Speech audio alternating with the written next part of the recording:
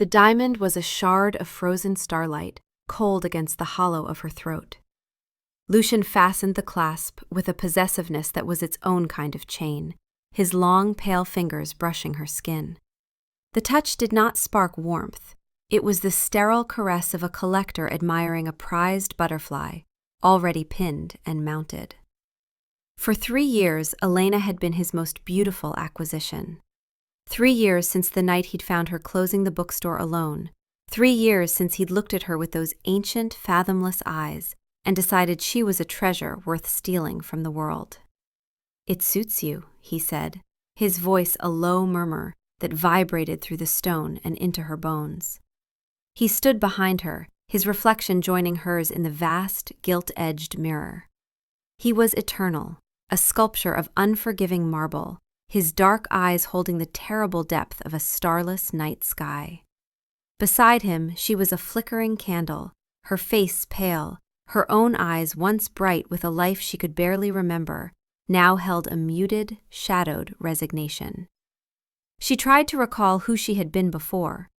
Elena Morrison, 25 years old, who had loved the smell of old books and the quiet company of fictional heroes, who had dreamed of opening her own bookshop one day, who had been ordinary and content in her ordinariness. That woman felt like a character from a story she'd once read and half forgotten. She did not reply. Words were currency in this opulent cage, and she had long ago learned she was bankrupt. Anything she said could be twisted, used as a key to lock a new door inside her own mind. Silence was her only remaining sovereignty. His gaze in the mirror sharpened. "You are quiet tonight, Elena." It was not a question. It was an accusation. "I am tired," she managed, the words thin and brittle in the cavernous silence of her chambers. The room was draped in silks the color of bruises and furnished with dark, heavy woods that seemed to drink the light. It was a beautiful tomb, and she its unwilling ghost. "Immortality is a tedious gift for one who so eagerly courts exhaustion," he countered, his lips curving into a smile that never reached his eyes. He saw her not as a person, but as a project, a flawed, fascinating human thing he was slowly breaking, or perhaps perfecting, into a shape that pleased him. He believed it was a form of love, this obsessive cultivation of her. She knew it was a form of annihilation. In the first months, she had fought him. She had screamed and thrown priceless vases and refused to eat. He had been patient then, almost amused, as though her defiance was a charming phase he was certain she would outgrow. When she tried to escape through a third-floor window, he had caught her before she fell, and his disappointment had been worse than any rage. He had looked at her with such profound hurt, as if she had betrayed something sacred, and then he had locked her in the windowless wine cellar for 3 days, with no light, no sound. And when he let her out, he had held her while she sobbed, and told her that he did this because he loved her, because she needed to learn that the world outside would destroy her. But here, with him, she would be cherished forever. Every day was a careful, calculated performance. She ate the exquisite food he provided, though it tasted of ash. She wore the breathtaking gowns, though they felt like shrouds. She walked the lonely, echoing halls of his ancestral estate, a fortress hidden in a valley perpetually shrouded in mist. And she never, ever tried the doors she knew were locked. Her compliance was the price of a fragile peace, a temporary stay against the deeper, more inventive cruelties he was capable of. He enjoyed her spirit most when it was on the verge of shattering, and she had learned to shield its last embers from his sight. She had learned to present him with a carefully crafted version of herself, submissive enough to appease him, but with just enough flickers of personality to keep him interested. It was exhausting, this constant self-editing, this performance of being a person while feeling increasingly hollow inside. Over the first year, he had systematically, meticulously erased her past. Her small apartment in the city, sold to a couple who would never know its previous tenant, had not left willingly. The bookstore where she worked, its elderly owner paid an obscene sum to retire early and close the shop. The books dispersed to estate sales, the building converted into a coffee chain. Her few friends? Sarah, who worked at the library and occasionally met her for lunch. Marcus from her book club, her college roommate Jennifer. All of them had received visits from men in expensive suits, or discovered sudden opportunities in distant cities, or simply found their calls to Elena's disconnected number going unanswered until they stopped trying. Lucian had curated her isolation until he was the only thing left in her world.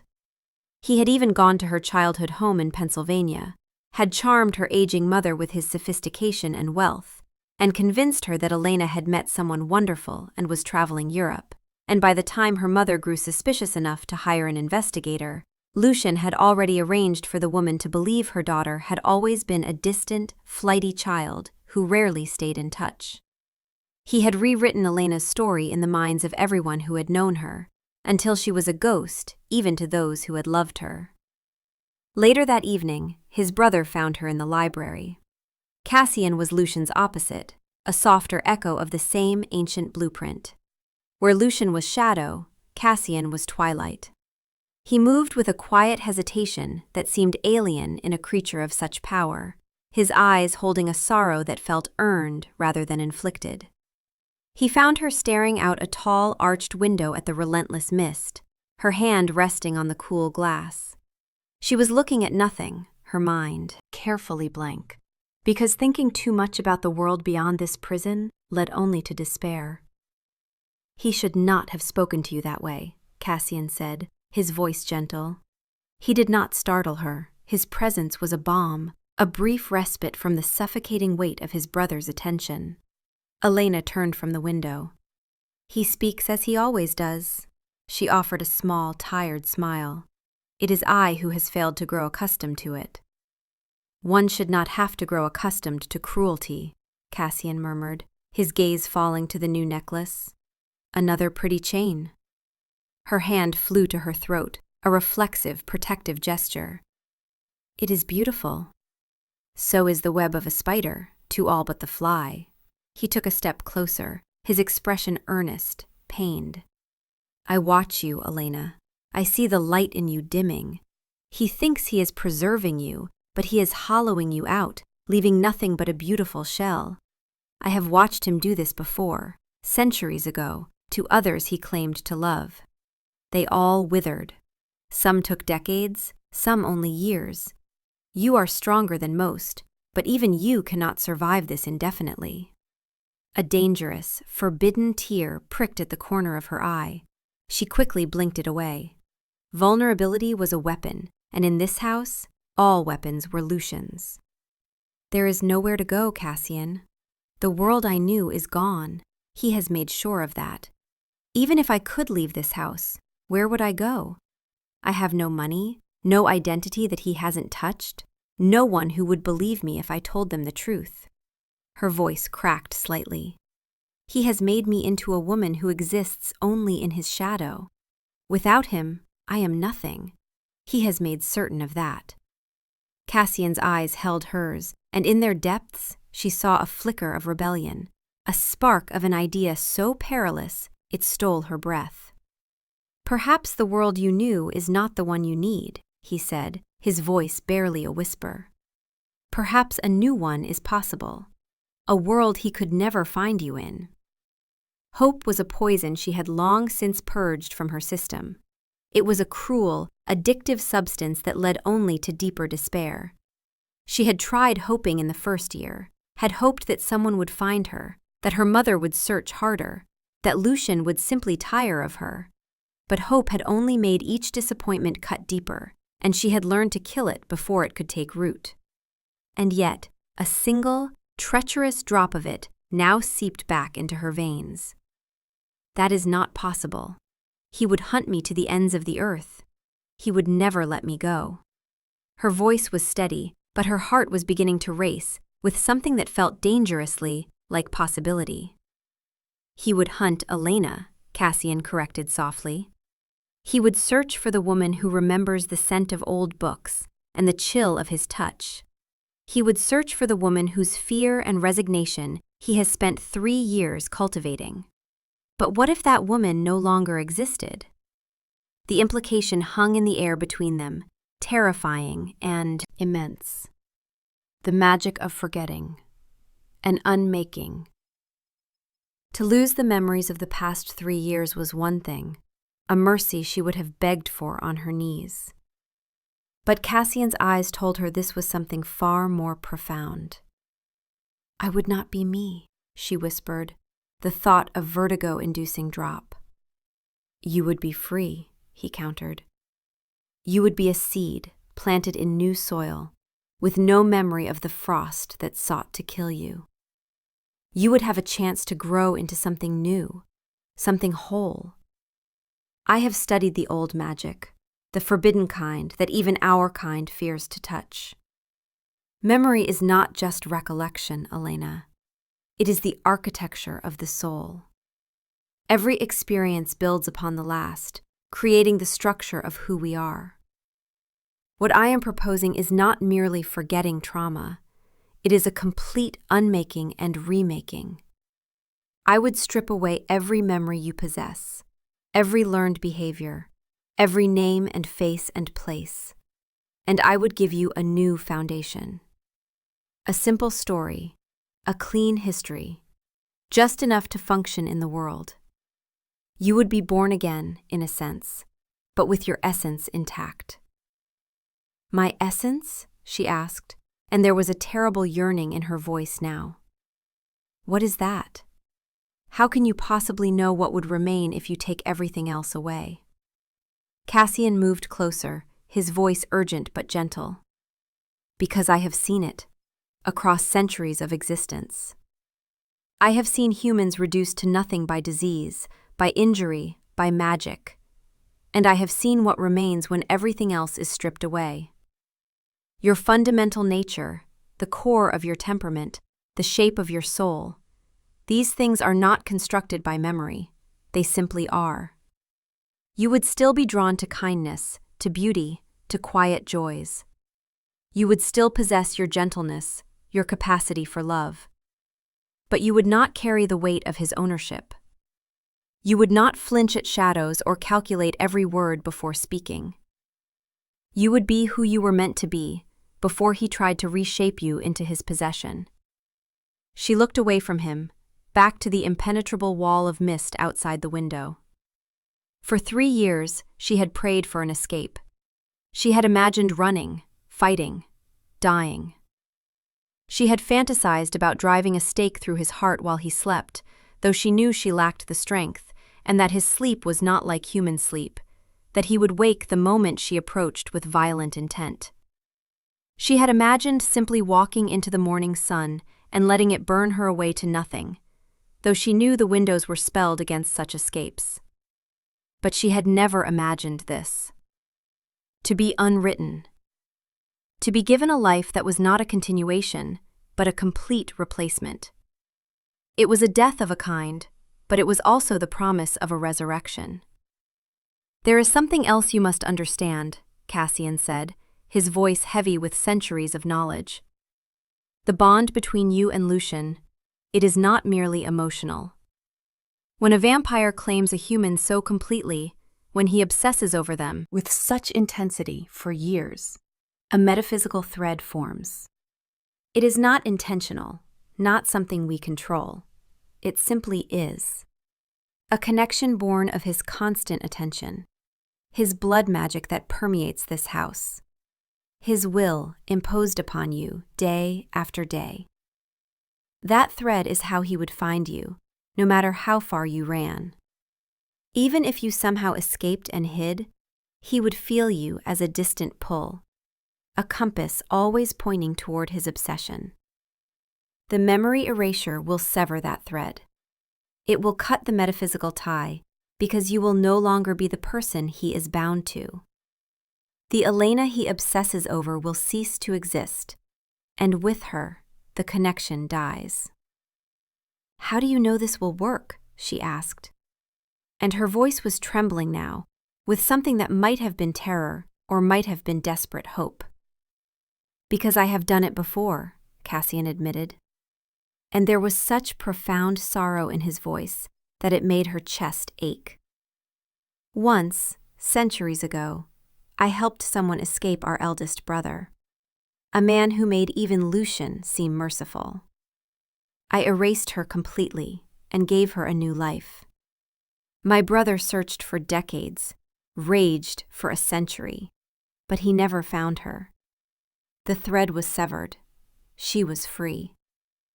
I watched from a distance as she lived and aged and died, surrounded by people who loved her, and she never knew what she had escaped. That is both the mercy and the cruelty of this magic. You will be free, but you will never know you were ever enslaved. Elena felt tears sliding down her cheeks now, hot and unstoppable. Who was I before him, Cassian? Can you tell me? Because I feel like I'm losing her, like she's already almost gone. I try to remember what it felt like to wake up in my own small apartment, to walk to work without fear, to laugh with friends without calculating whether my happiness would displease him later. But it's all so distant now, like remembering a dream. Cassian reached out and gently wiped away one of her tears, a gesture so tender it made her sob. You were kind, he said softly. You were the kind of person who apologized to furniture when you bumped into it. You brought coffee to the homeless man who sat outside your bookstore every morning. And you never made it seem like charity. You recommended books to customers based not on what was popular, but on what you sensed they needed to read. You sang off-key when you thought no one could hear you. You were ordinary and good and content. And those things are not small, Elena. Those things are precious. And I believe that person still exists inside you, buried under 3 years of survival and fear. I want to give her a chance to live again. The final night came 3 weeks later. Lucian was away, summoned to a conclave in a city so old it had been dust for millennia. A gathering of the ancient ones that occurred only once every 50 years. It was a rare absence, an opportunity that would not come again for half a century. Cassian came to her chambers as the moon climbed high, a silver disk in the parting mists.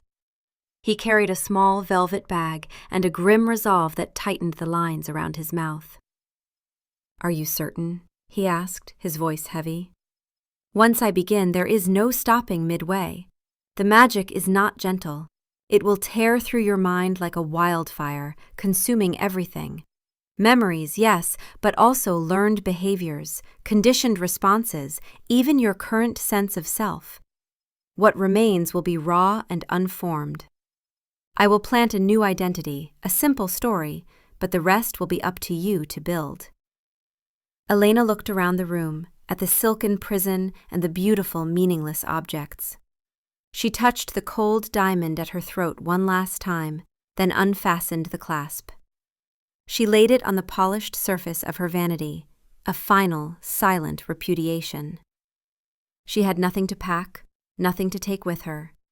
Everything she owned belonged to him. All she had left was a story she was willing to erase. I am, she said, her voice clear and steady for the first time in years. I am not afraid of forgetting. I am afraid of one more day of remembering. I am afraid of waking up 10 years from now and realizing I have become so numb that I no longer even want to escape. I am afraid of him finally succeeding in making me into whatever hollow, perfect thing he envisions. I would rather die than let that happen. And if this is a kind of death, then I choose it gladly. He nodded, a flicker of admiration in his sad eyes. He took her hand, his own surprisingly warm. Before we go, there is something you should know. When Lucian returns and finds you gone, he will know I helped you. He will not kill me because I am his brother, and for all his cruelty, he still carries some vestige of family loyalty. But he will imprison me. He will lock me in the deep places beneath this house, and I will remain there until he brings you back or until he accepts you are truly lost. I am prepared for this. It is a price I pay willingly. Elena felt a fresh wave of tears. Cassian, I cannot let you sacrifice yourself for me.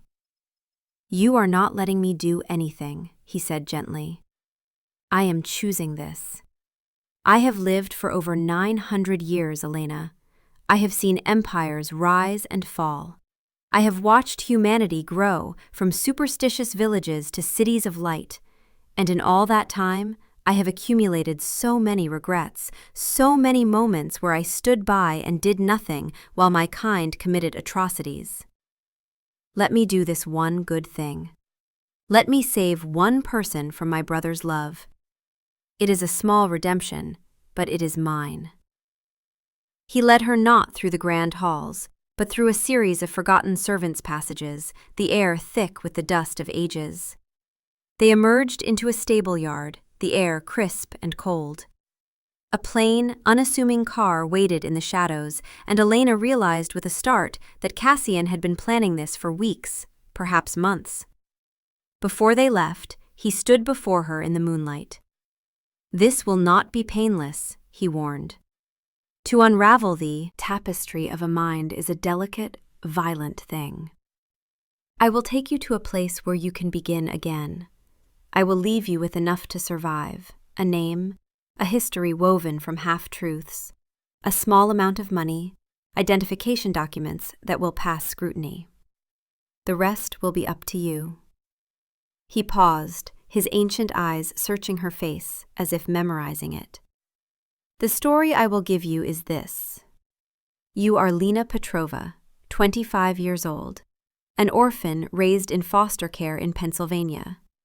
You have no family, no deep connections. You came to a new city seeking a fresh start. You will wake in a hospital after a minor car accident, with a head injury that explains any confusion or gaps in your memory. The documents in your purse will support this story. I have spent decades perfecting the art of creating false identities, and this one will hold up to any scrutiny, at least in 1982. 1982, Elena repeated. She had lost track of time in the estate, where seasons barely touched the perpetual mist. It is April 1982, Cassian confirmed. The world outside has continued without you, but now you have a chance to rejoin it. Thank you, she said, and the words felt impossibly large, a universe of gratitude packed into two small sounds. He reached out, his hands hovering over her temples. The world is vast, Elena. He will search, but he will be searching for a ghost. The woman you will become, she will be a stranger to him. Live well. Live for the both of you. The woman you were and the woman you will become. He began to chant in a language that was ancient when the mountains were young, words that predated human civilization, magic from a time when the world was still learning its own rules. A pressure built behind her eyes, a humming that grew into a roar. She felt the air around them thicken and spark with power, saw Cassian's form begin to glow with an ethereal light that hurt to look at. Colors bled at the edges of her vision. Her life spooled out behind her, a ribbon of memories unfurling in a hurricane. The face of her mother, younger than Elena remembered, bending to kiss her forehead on her first day of school. A childhood song about a mockingbird, her mother's voice cracking on the high notes. The taste of rain on her tongue, standing in a summer storm with her arms spread wide. The smell of the bookstore, that perfect combination of old paper, coffee, and vanilla candles. Mr. Henderson, who owned it, teaching her how to repair broken spines with glue and patience. Her college roommate Jennifer, laughing so hard at some long-forgotten joke that she snorted wine out her nose. The first time she saw Lucian, how beautiful he had seemed, how his attention had felt like sunlight, before she understood it was the focused heat of a magnifying glass positioned to burn. The cold diamond against her throat, the echoing halls, the taste of ash. The feeling of her own spirit slowly suffocating. Cassian's kind eyes. It all swirled into a vortex of light and sound, memories layering upon memories, her entire existence compressed and then scattered like a shattered mirror. She felt a profound, tearing agony, the pain of a soul being ripped from its own story. It was not a physical pain, though her body convulsed with it. It was deeper, more fundamental, the sensation of her very self being disassembled piece by piece. She cried out, a sound that was swallowed by the ancient words. She felt herself fragmenting, Elena Morrison dissolving like salt in water, the boundaries of her identity becoming porous and then non-existent. There was a moment of pure existential terror, a void where self had been, and then there was only a soft, quiet, welcoming darkness. A gentle, empty peace. The last thing she felt before consciousness left her was Cassian's hand on her shoulder, steady and sure, an anchor in the obliteration. She woke to the smell of disinfectant and cheap coffee. A woman in blue scrubs was checking a monitor beside her bed, humming tunelessly. The fluorescent lights overhead were harsh and bright, so different from the soft candlelight of the estate. The woman smiled when she noticed Elena's eyes were open. "Well, hello there. Welcome back. You gave us quite a scare." Elena blinked, her mind a placid, waveless sea. She felt a dull ache in her head, a bruise on her left side, but no alarm. No fear, no weight. She looked down at her hands, resting on a thin white blanket. They were her hands, she supposed, but they felt unfamiliar, as if she were looking at them for the first time. She flexed her fingers experimentally, watched them move, and felt a strange, distant curiosity about them. Where am I?" Her voice was raspy, dry from disuse. "You're at St. Jude's Memorial Hospital," the nurse said cheerfully. "You were in a minor car accident yesterday evening. Nasty bump on your head. The police found your purse in the car. Says your name is Lena Petrova. Can you confirm that for me?" The name felt right, like a coat that was new but fit surprisingly well. "Lena," she repeated, testing the syllables. "Yes, I'm Lena." The nurse made a note on a chart. "And do you know what year it is?" She had to think for a moment, a brief flicker of panic that something was missing, like reaching for a word on the tip of her tongue and finding only emptiness. But then the answer surfaced, simple and clear. 1982. The nurse smiled again, satisfied. "Excellent. And do you remember what happened? The accident?" Lena frowned, concentrating. There was nothing there, just a blank space where memory should be. "No," she said slowly. "I don't remember. Is that normal?" With head injuries, it's very common to lose some time around the incident. Don't worry about it. Your memory should come back gradually. The doctor will be in to see you shortly. Just rest." Lena Petrova rested. She felt a strange lightness, as if she had been carrying a great weight for a very long time and had only just set it down. She looked out the window at the unfamiliar cityscape, at the ordinary people walking on the ordinary sidewalks below, at the traffic lights changing colors and the rhythm of normal life. She felt no connection to any of it, but she felt no fear either. She felt like a blank page at the beginning of a brand new book, and for the first time in a life she couldn't remember, she was not afraid to see what would be written on it. There was no creeping dread, no need to calculate her next words, no sense that somewhere, someone, was watching and judging her every move. There was only the soft beep of the heart monitor, and the gentle ache in her head, and the bright promise of an unknown future. Lucian returned to a silent, empty estate 3 days later. The conclave had been tedious, full of ancient politics and territorial disputes that felt increasingly meaningless to him. His mind had been on Elena the entire time, on the new necklace he had commissioned for her, on whether she would smile when he presented it or simply accept it with that quiet resignation that both frustrated and fascinated him. He had been gone for 6 days, the longest he had left her alone in over a year, and he had missed her presence with an intensity that unsettled even him. He told himself it was love, this obsessive need to know where she was and what she was thinking, every moment of every day. He told himself that his devotion was romantic, that the great loves of history had all been consuming and possessive and intense. The air itself felt different as he entered, thinner, emptier. He swept through the halls, a predator sensing a disturbance in his territory. The servants, the few human thralls he kept to maintain the estate, avoided his gaze, their terror palpable. He went to her chambers first. Her chambers were pristine, undisturbed, the bed made with military precision, the curtains drawn as they always were. But something was wrong. The air lacked her scent, that faint human warmth that always lingered. And then he saw it. The single diamond necklace lying like a frozen tear on the vanity, carefully placed, deliberately abandoned. He picked it up, the stones cold, inert. He had felt her presence as a constant low thrum beneath the surface of his existence, a subtle awareness that she was there, somewhere in the house, alive and his. Now there was only silence, a void. He stood utterly still, the necklace clutched in his hand, and felt something crack in the architecture of his world. He tore through the estate like a storm, throwing open doors, overturning furniture, searching for some sign of her.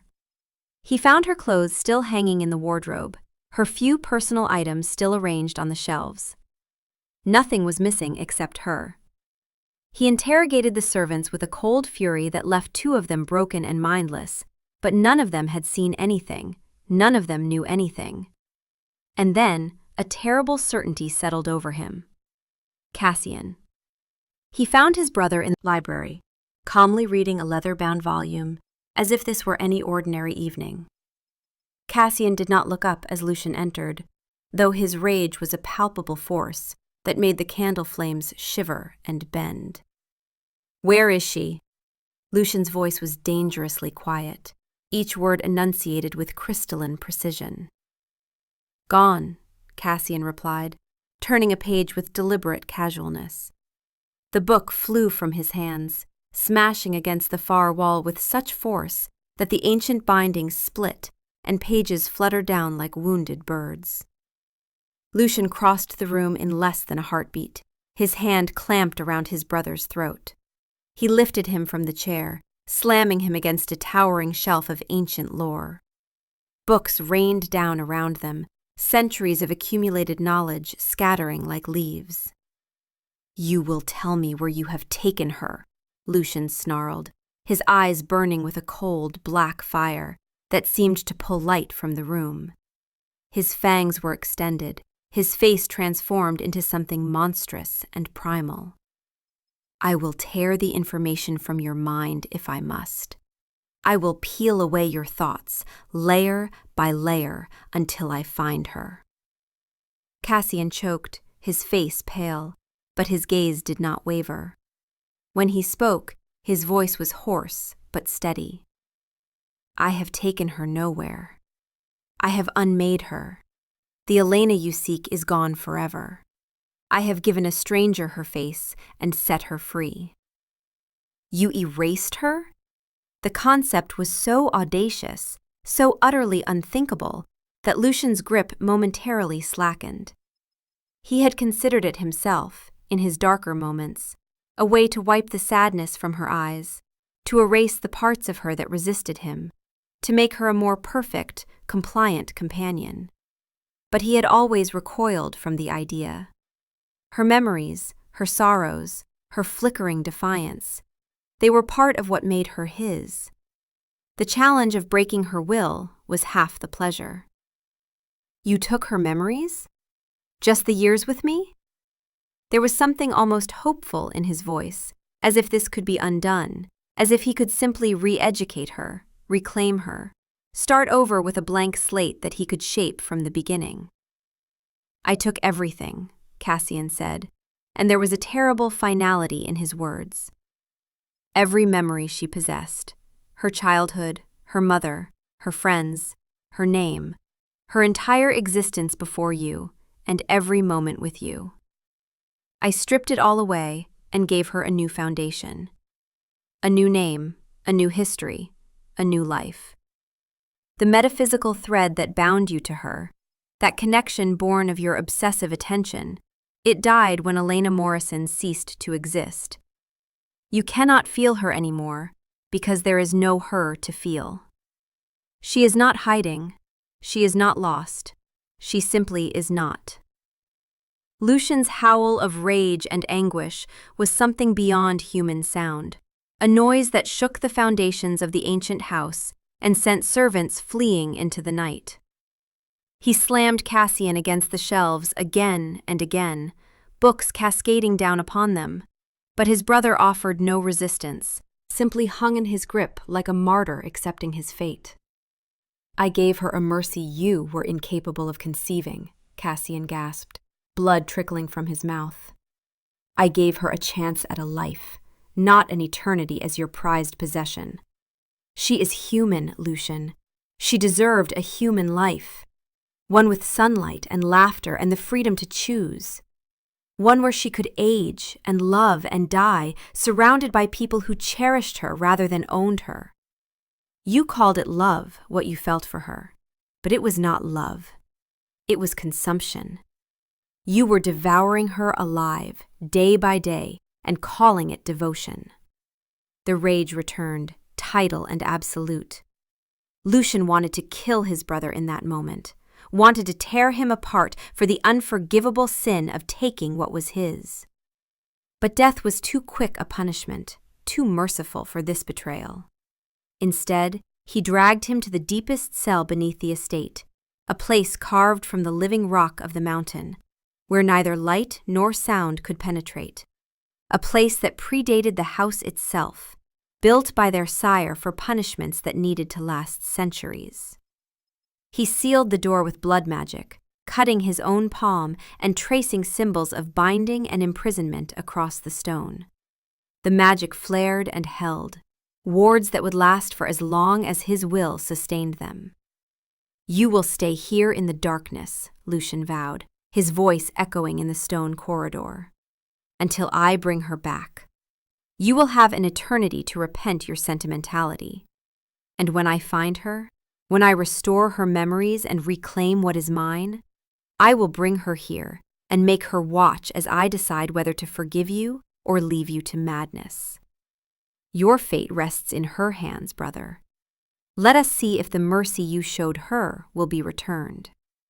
He left Cassian to the silence and the dark and the crushing weight of centuries, and began his search. The first decade was a blur of frenzied, arrogant certainty. He was Lucian. He was ancient, powerful, with resources that spanned the globe. How could one human woman, stripped of her identity, hide from him? He tore through continents, following whispers and rumors, his power a blunt instrument. He interrogated witches who dealt in memory magic, tracking down every practitioner who might have helped Cassian, torturing them for information they did not possess. He scoured the records of every hospital and institution, searching for women admitted with amnesia or head trauma in April 1982, creating lists of hundreds of names. He investigated car accidents, Jane Does, mysterious appearances, pouring through police reports and medical files with manic intensity. He left a trail of terror and broken minds in his wake, too consumed by his obsession to care about discretion. He was searching for a ghost, a woman with haunted eyes and a soul that felt like a cage, searching for someone who was afraid, who bore the marks of trauma, who would recognize him on some deep, subconscious level. He found nothing. The world was vast and filled with billions of insignificant lives, a swarming, chaotic hive that hid her from his sight. His frustration curdled into a cold, obsessive resolve. He began to understand that brute force would not work, that rage was making him sloppy. In the second decade, he became more methodical. He used his wealth to build networks of private investigators, hired entire firms to search for women matching Elena's description who had appeared suddenly in 1982. He purchased newspapers, data aggregation companies, detective agencies. He created algorithms before algorithms were common. Punch card systems and early computers programmed to cross-reference missing persons reports with new identity registrations. He tracked down every woman named Lena Petrova in America, and there were dozens, finding each one and confirming she was not his Elena, before moving to the next. But the problem was fundamental, he realized with growing despair. He was looking for someone extraordinary, someone memorable. He was searching for a woman who stood out, who drew attention, who bore the indefinable mark of having been his. He never thought to look for someone ordinary. Someone who worked a mundane job, lived a quiet life, blended seamlessly into the background hum of normal human existence. Someone who smiled easily, who had no shadows in her eyes, who had never known captivity or terror. His image of Elena was frozen, crystallized into that pale, haunted woman who flinched at loud noises and calculated every word before speaking. He could not conceive of her as anything else. While he hunted, Lena Petrova learned to live. The fabricated history Cassian had given her was sparse. An orphan, raised in a series of indifferent foster homes, who had come to the city seeking a new start. It was a sad, lonely story, but it was hers, and she wore it like a comfortable old sweater. She spent 2 weeks in the hospital recovering from her injuries, and in that time, social workers helped her navigate the bureaucratic maze of establishing herself. Her documents were impeccable: birth certificate from Pennsylvania, social security number, even a thin work history at various retail jobs that would not raise questions. Cassian had been thorough.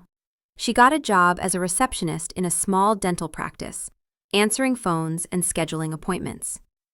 She rented a tiny apartment above a bakery that always smelled of yeast and sugar, a scent that made her feel safe in ways she did not understand. She made friends cautiously, her personality slowly blossoming in the absence of fear. There was Maria, the dental hygienist, who invited her to join a book club, and Lena discovered she loved reading, particularly novels about ordinary people finding happiness in simple ways. There was Tom, the baker downstairs, who left fresh rolls outside her door twice a week and never asked for anything in return. Her personality emerged like a developing photograph, gentle and observant, with a surprising sense of humor that made people warm to her. She was quieter than some, more thoughtful, but there was no trauma in her silence, only a natural introversion. She found joy in small things: the first tomato from the tiny balcony garden she started, a particularly beautiful sunset, the sound of rain on her window. She met Daniel a year after the accident. He came into the dental office with his nephew, who had a toothache and was terrified of the dentist. Daniel was a pediatrician, his hands gentle, his eyes a warm, clear blue, filled with a kindness that felt like coming home to a place she'd never been. He was patient with his nephew, explaining everything the dentist would do, holding the boy's hand through the procedure. Lena watched him and felt something shift in her chest, a recognition that had nothing to do with memory and everything to do with essence. He didn't overwhelm her. He courted her slowly, with coffee dates and long walks in the park, listening more than he spoke. He asked about her childhood, and she told him the story Cassian had planted, and she felt no dissonance because it was the only history she knew. He never pushed, never demanded, never made her feel like she owed him anything. He treated her as if she were something precious, something to be cherished, not possessed. Their first kiss happened on a park bench 3 months after they met, and it was gentle and sweet and entirely without shadows. She cried afterward, not from sadness, but from overwhelming joy, and he held her and asked if she was all right. And she realized that this was what safety felt like. This was what it meant to be with someone who wanted her happiness more than they wanted control. He proposed 2 years later, on the same park bench under a sky streaked with the soft colors of sunset, and she wept again. It felt like the first true, unguarded emotion of her life. She was adored, wholly and without conditions. They married in a small ceremony at City Hall, just a handful of friends and Daniel's family, who accepted her without question or judgment. Daniel's mother hugged her, and said she could see how happy Lena made her son, and that was all that mattered. Their first child, a son named Michael, was born a year later, and Lena held him in the hospital and felt a love so fierce and consuming that it terrified her. She had no memory of being loved like this as a child. The fabricated history of foster homes provided no template for this overwhelming tenderness. But she learned. She learned by doing the opposite of what she intuited would be harmful, creating safety and warmth and endless patience. A daughter, Sarah, followed 3 years after that, and their small apartment became too small, and they bought a modest 2-story house in a suburb outside Cleveland with a yard for the children to play in.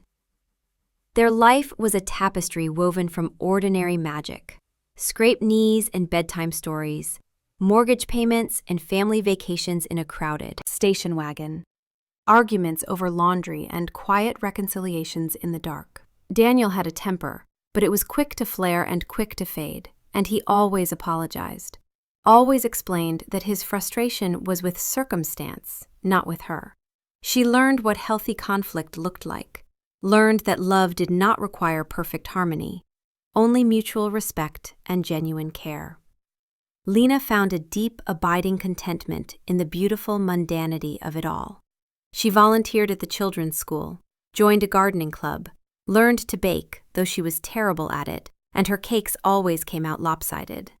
Daniel laughed at her baking disasters with pure affection, never criticism, and ate every burned cookie with exaggerated enthusiasm. The past was a closed door she had no desire to open. Sometimes, very rarely, she would have dreams that felt like they belonged to someone else. Dreams of echoing halls and cold stones and a pair of dark eyes that watched her with terrible intensity. She would wake from these dreams gasping, her heart racing, but Daniel would hold her and the fear would fade. And in the morning, she could never quite remember what had frightened her. The future was a horizon she walked toward hand in hand with a man who loved her. She was happy. 30 years passed. The world changed around them. Cities grew, technology advanced, fashions came and went. Their children grew into adults. Michael became a teacher, Sarah became a nurse. They moved away for college and careers, but stayed close, calling every week, visiting for holidays. Lena's hair began to gray, laugh lines deepening around her eyes, her hands developing the spots and looseness of age. Daniel grayed too, his step slower, his blue eyes crinkling when he smiled at her across the breakfast table. They grew old together, and it was a privilege that Lena never took for granted. For Lucian, those 30 years were the blink of an irritating passage of time marked only by his continued failure.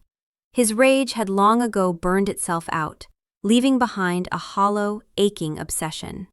The memory of Elena had become a religious icon he worshipped in the lonely cathedral of his mind. Her face haunted him, that last image of her pale and resigned, wearing the diamond necklace he had just given her.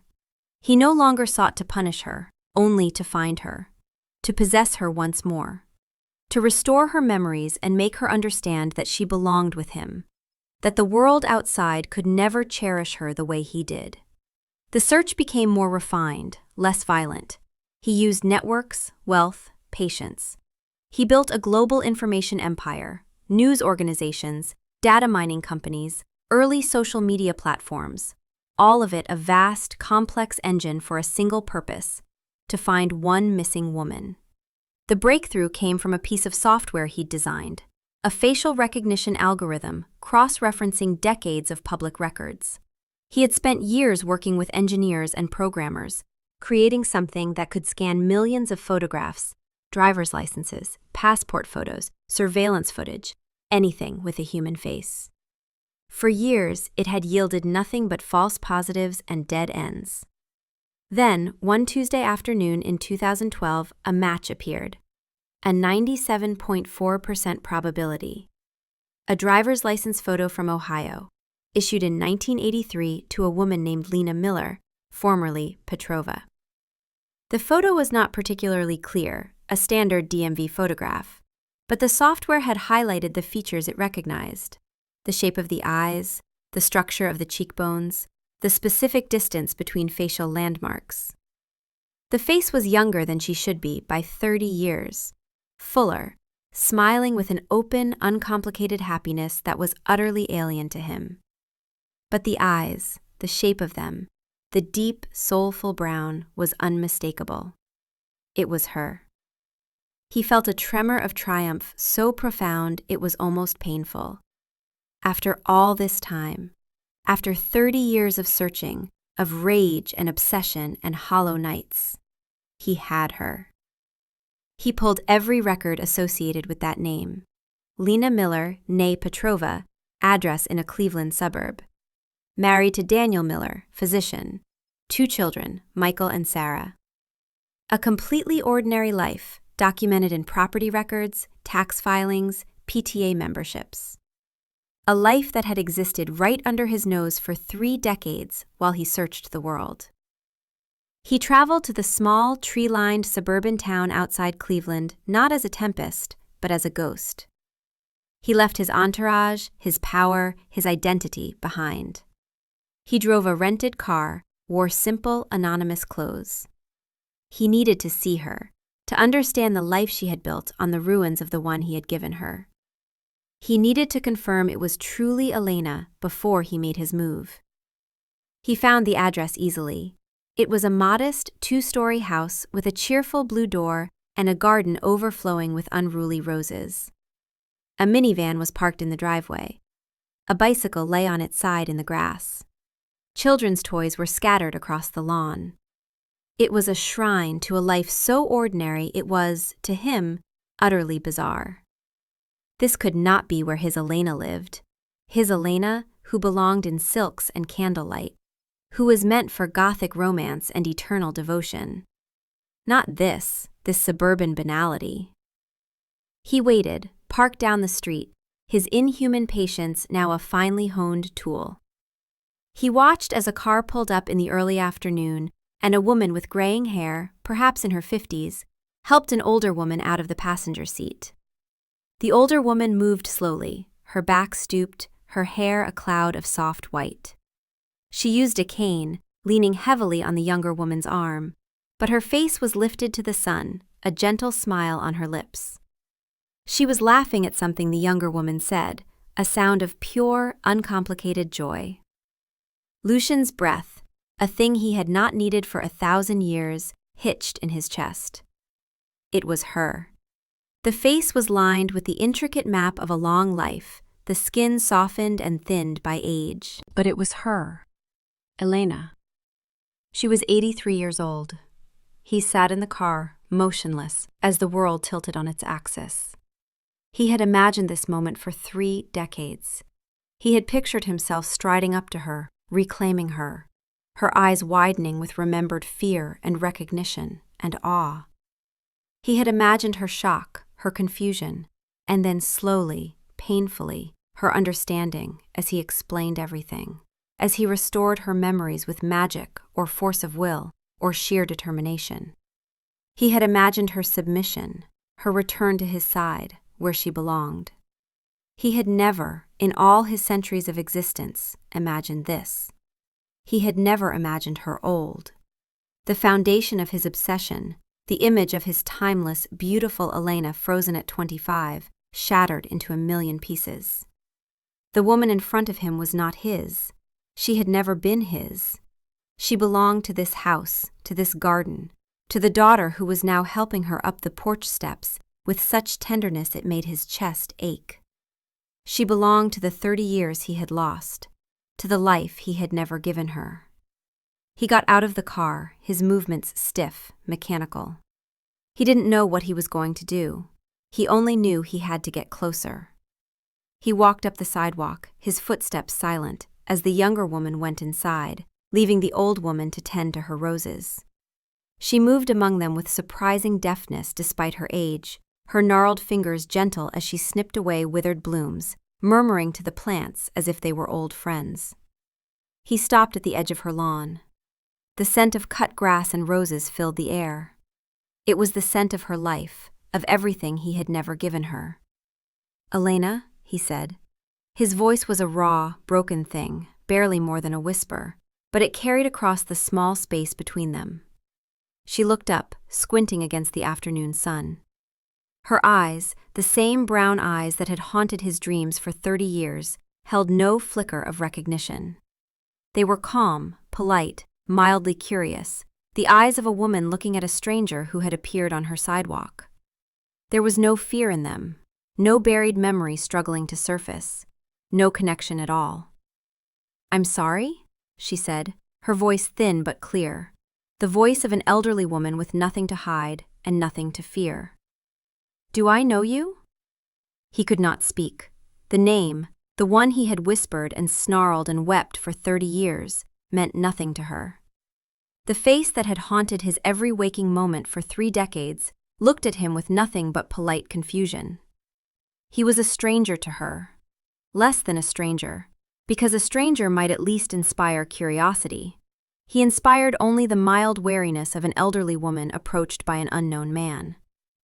You remind me of someone I knew, a long time ago," he managed, the words tasting like poison and ash and the bitter dregs of a wasted eternity. A polite, distant smile touched her lips. It was the smile one gives to a harmless, confused stranger. "That's nice, dear," she said, her tone gentle but dismissive, as one might speak to someone not quite right in the head. "I'm afraid my memory isn't what it used to be. These days I'm lucky if I remember what I had for breakfast." A small child, a boy of about 6 with bright blue eyes and Daniel's gentle smile, came running out of the house, screen door banging behind him. "Grandma, Mom says lemonade is ready!" The child stopped when he saw Lucian, pressing against his grandmother's side with the instinctive wariness children have around strangers. "I'm coming, sweetie," she called back, her voice filled with an uncomplicated grandmotherly love. She placed a protective hand on the boy's shoulder, and Lucian saw in that gesture everything he had never been capable of giving her. Protection that was not possession. Love that was not consumption. She turned back to Lucian, still smiling that distant, polite smile. "You have a good day now," she said, and with a final dismissive nod, she turned and walked slowly, carefully, toward the blue door, her grandson holding her hand and chattering about something involving superheroes and ice cream. Lucian stood on the sidewalk, rooted to the spot. He watched her disappear into the house. He heard the sound of laughter from within, multiple voices, a family gathered. He had searched for decades, a monster hunting his escaped prize, and when he found her, she looked right through him. She had not been waiting for him. She had not been hiding from him, looking over her shoulder in fear. She had been living. She had built this life, stone by stone, memory by memory, and he had no place in it. He was irrelevant to her happiness. He never approached her again. He stayed. He sold his global enterprises, relinquished his ancient holdings, and bought a small, secluded house on the other side of town, a place with blackout curtains and a basement where he could wait out the deadly daylight hours. He became a silent, unseen observer of her final years. It was a penance, a self-inflicted torment that was the only thing that felt real anymore. He watched her life unfold in its quiet, final chapter, and every moment was a knife twisting in a wound he had not known he could still feel. He saw her celebrating birthdays, the house filling with loud, loving, sprawling family. He counted them from his distant vantage point, children and grandchildren and even great-grandchildren, as the years passed, a clan that had grown from the seed of her freedom. He saw her sitting on the porch swing with her husband, Daniel, now also frail and white-haired, their hands clasped, their silence comfortable and complete. He watched them, and saw in their weathered faces and intertwined fingers a partnership, a deep, quiet love that had weathered decades of an ordinary life. It was a connection he had never understood and was incapable of ever having. He, who could offer immortality and riches and eternal devotion, could never have given her the simple, profound gift of a shared human lifetime. He was there, a shadow in the distance, when Daniel passed away. He watched the funeral from the back of a crowded church, saw her grief, real and deep, but not destroying. She wept, but she was held up by the family they had built together. Her children stood on either side of her, their arms around her shoulders, and he saw the strength she drew from them. She was sad, but she was not alone. She was not broken. She grieved like a woman who had been truly loved and who had truly loved in return. And her grief was clean and human and utterly beyond his comprehension. He watched as she herself began to fade after that. She moved in with her daughter, Sarah, who had a house with a first-floor bedroom and a garden visible from the windows. He would see her sometimes, sitting by a window, her gaze distant, a soft smile on her face as if remembering a pleasant dream. He wondered what she saw in those moments. Did she remember the taste of her wedding cake? Vanilla with buttercream that Daniel had gotten on his nose? The feeling of holding her firstborn, that terrifying, overwhelming weight of responsibility and love. The warmth of her husband's hand, her grandson's laughter. He knew with a certainty that chilled him to his core that she was not remembering the cold chill of a diamond necklace or the echoing silence of his castle. Her mind was a garden he had no place in, and it had bloomed beautifully without him. 2 years after he found her, she died. It was peaceful, in her sleep. She simply didn't wake up one morning, and her daughter found her with that same soft smile on her face. He felt it, a strange, final severing, a faint silvery thread that had connected them across time and space, a thread he had never even been aware of, a thread he had thought severed by Cassian's magic, simply dissolved. He realized then that Cassian had been partially wrong. The thread had weakened to near imperceptibility, but some infinitesimal strand had remained as long as she lived, as long as the body that had once been Elena still drew breath. And now, even that was gone. The world felt colder, emptier. He went to the funeral. He stood at the very back of the crowded church, a stranger in a dark suit, invisible in his grief. There were so many people, the church was packed, standing room only. All of them here for Lena Miller, this woman he had never known.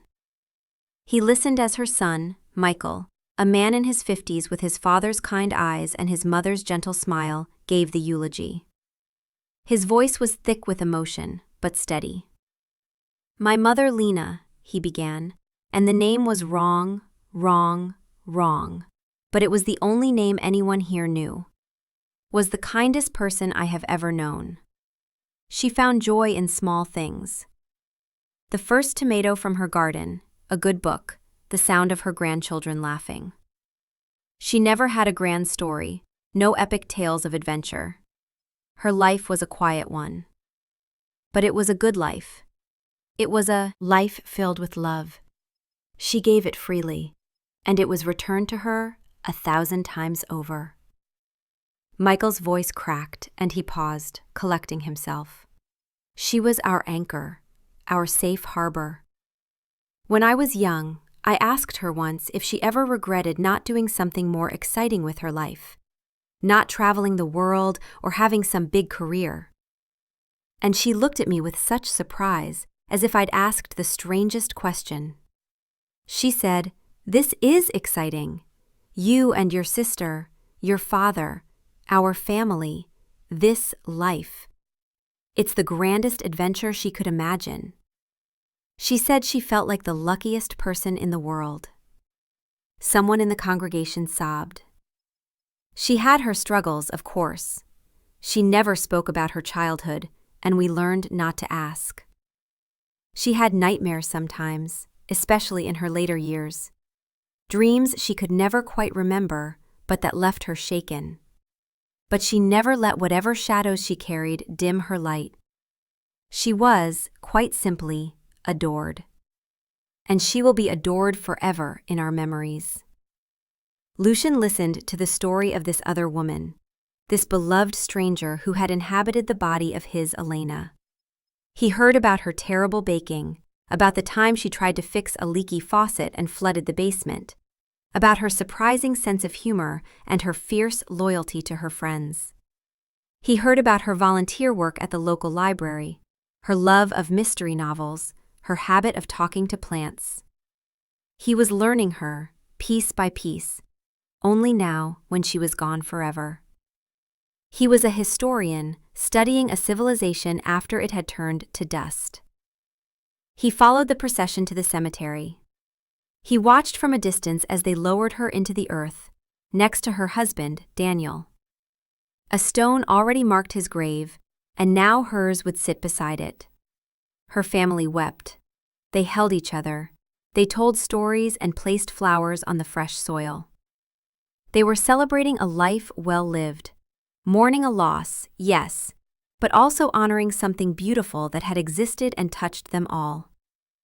He waited until they were all gone, until the sun began to set, painting the sky in the same soft colors of the evening she had gotten engaged to Daniel all those years ago.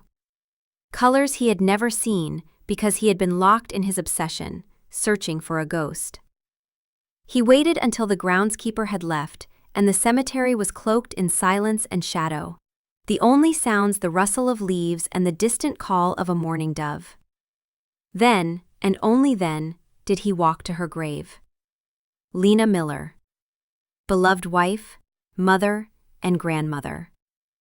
The dates of her birth and death were carved beneath. A span of 85 years. A full human life. The name was a final, insurmountable wall between them.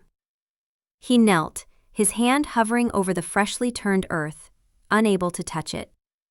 He, who had commanded armies and brought empires to their knees, who had lived for over a millennium and wielded power that could shatter mountains, was brought low by a simple headstone in a quiet Ohio cemetery. The grief was a physical thing, a crushing weight that buckled his immortal frame. It was not the grief of loss, because one cannot lose what one never truly had. It was the grief of realization, of understanding finally and irrevocably what he had done.